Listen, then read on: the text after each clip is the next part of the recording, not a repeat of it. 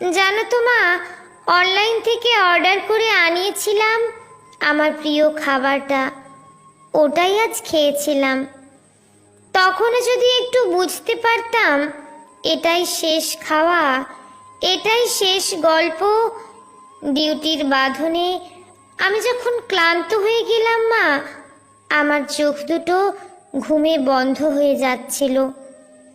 একটু শরীরের ক্লান্তি মেটাতে গেলাম, তখনও যদি বুঝতাম মা সারা জীবনের মতো বিশ্রামে চলে যাব।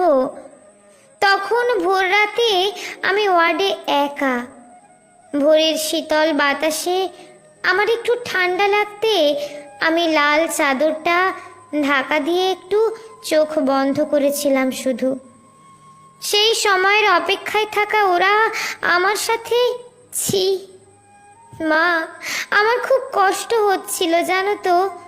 অনেকবার আমি বারণ করেছিলাম, চিৎকার করেছিলাম, বাঁচাও, কে আছো আমাকে বাঁচাও। কিন্তু কেউ আমার চিৎকার, আমার আর্তনাদ শুনতে পায়নি জানো তো মা। আর ওরা আরো পশুর থেকেও বিচ্ছিরি ব্যবহার করতে লাগলো আমায়, খেলতে লাগলো আমাকে নিয়ে ওরা। আমি ওদের হাতে পায়ে পড়লাম জানো তো। আমি এটাও বললাম যে আমাকে ছেড়ে দাও, দয়া করে ছেড়ে দাও, আমি কাউকে কিছু বলবো না, আমাকে যেতে দাও।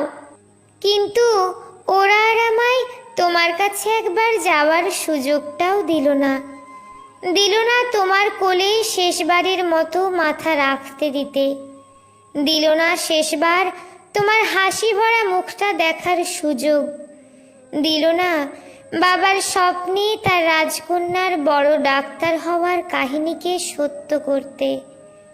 আমার গলা টিপে ধরে নিজেদের সর্বশক্তি দিয়ে আমার গলা চেপে ধরে জানো তো মা।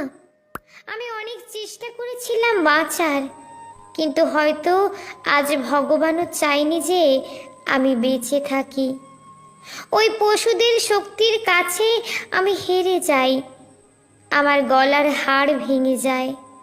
ওরা আমায় ওভাবেই ওখানে ফেলে রেখে চলে যায়, ওই বিবস্ত্রভাবে। সকালে সবাই আসে, কিন্তু এ কি, আমি কারোর সাথে কথা কেন বলতে পারছি না? তোমাকেও দেখতে পাচ্ছি, তোমায় কত করে ডাকছি, তুমি শুনতে কেন পাচ্ছ না মা আমার ডাক? ও মা, মা গো, এই তো দেখো, দেখো না মা, ও মা, এই তো আমি। তুমি কাঁদছো কেন? কি হয়েছে তোমার? ও মা। দেখি মা সামনে একটা লাশের দিকে তাকিয়ে হাউমাউ করে কাঁদছে। লাশটার মুখ দেখতে পেয়ে আমি শিউরে উঠি। এ কি, এটা যে আমারই নিথর দেহ, আমি কি তবে মারা গেছি? আমিও কাঁদতে শুরু করলাম।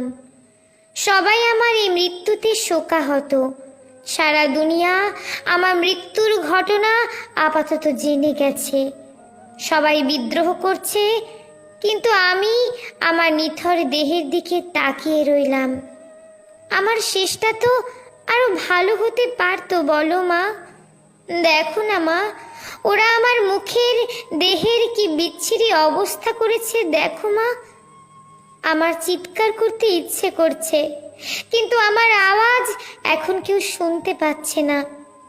আমি এতগুলো লোকের সামনে চিৎকার করছি, কিন্তু একটা কেউ আমার এই চিৎকার শুনতে পাচ্ছে না, কেউ না।